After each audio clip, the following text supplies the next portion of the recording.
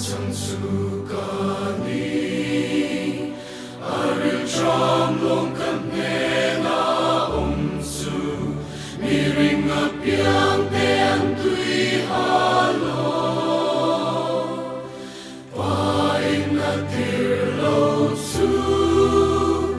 kanenan treng lova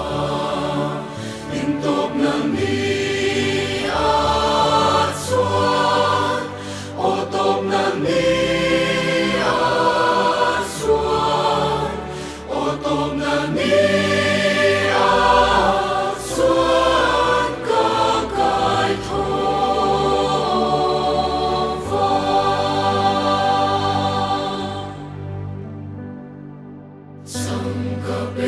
Sangkapeturasu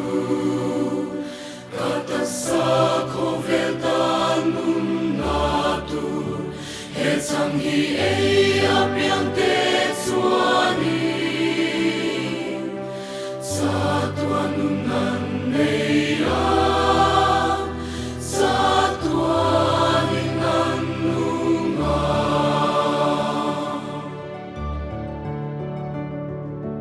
Mishing fapatasa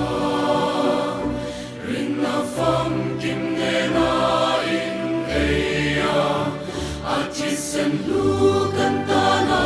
luang su Rinna in lau suan Nunna in beilova Tintop na ni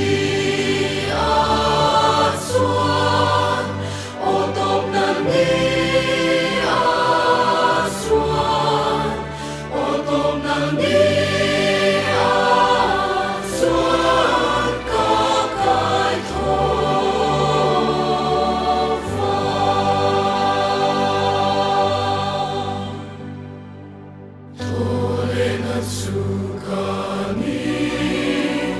Satuanan Sukani Tupo kay miring na piang tesu Timase anuma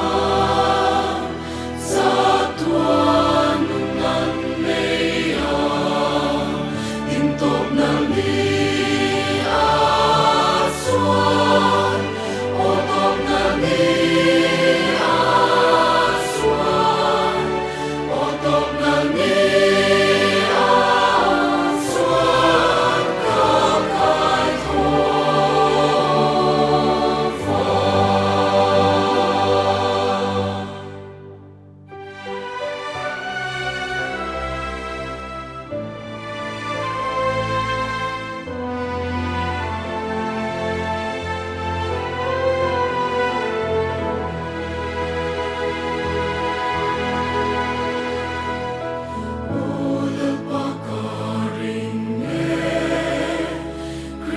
Patian fatsu ini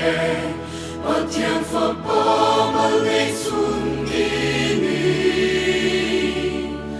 Leini de tantu